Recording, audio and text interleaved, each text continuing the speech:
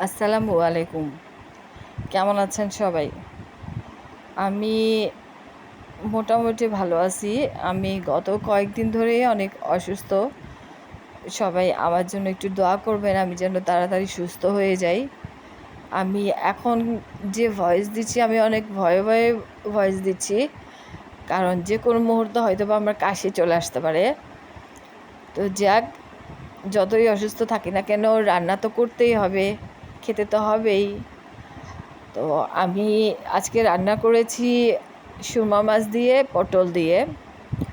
আমি আগে মাছটা ফ্রাই করে তুলে রেখেছি, তারপর পটলটা ফ্রাই করেছি। এবার আমি গরম তেলের মধ্যে পেঁয়াজটা দিয়ে দিলাম। পেঁয়াজটা একটু ভাজা ভাজা হয়ে গেলে তারপর আমি গুঁড়ো মশলা সবগুলো দিয়ে দেব। আমি লবণ দিয়ে দিলাম। এবার আমি এক এক করে হলুদ, মরিচ, মশলা সব কিছুই দিয়ে দেব। আপনারা আমার ভিডিওগুলো দেখবেন প্লিজ। আপনাদের কাছেও অনুরোধ রইল আমার ভিডিওটা দেখে আপনাদের কেমন লাগলো একটা কমেন্ট করে যাবেন। আমি আসলে গত কয়েকদিন ধরে অনেক কষ্টে ভিডিওগুলো মেক করতেছি। আমার একটু কষ্ট হচ্ছে যেহেতু আমি অসুস্থ। তবুও আমি আশা করব আপনাদের কাছে যে আপনারা আমার ফুল ভিডিওটা দেখবেন। আমার মশলা সব দেয়া হয়ে গেছে। এখন আমি ফ্রোজেন করা যে টমেটো রেখেছিলাম সেটা আমি দিয়ে দিয়েছি। টমেটোটা যখন একটু গলে যাবে তখন আমি ঝোল দিয়ে দেব।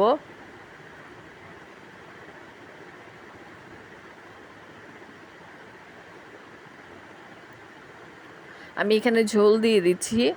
আমি রান্নাটা কিন্তু একটু পাতলা করেই করব, কারণ গরমে আসলে আমার কেন জানি পাতলা ঝোলের তরকারিটাই খেতে ভালো লাগে।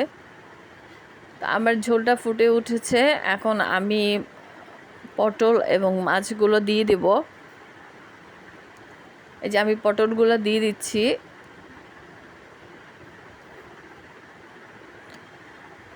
এক এক করে পটল দেয়া হয়ে গেছে।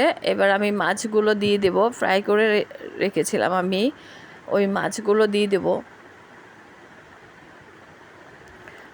আমার এগুলা দেয়া শেষ হলে আমি ঢাকনা দিয়ে কিছুক্ষণ অপেক্ষা করব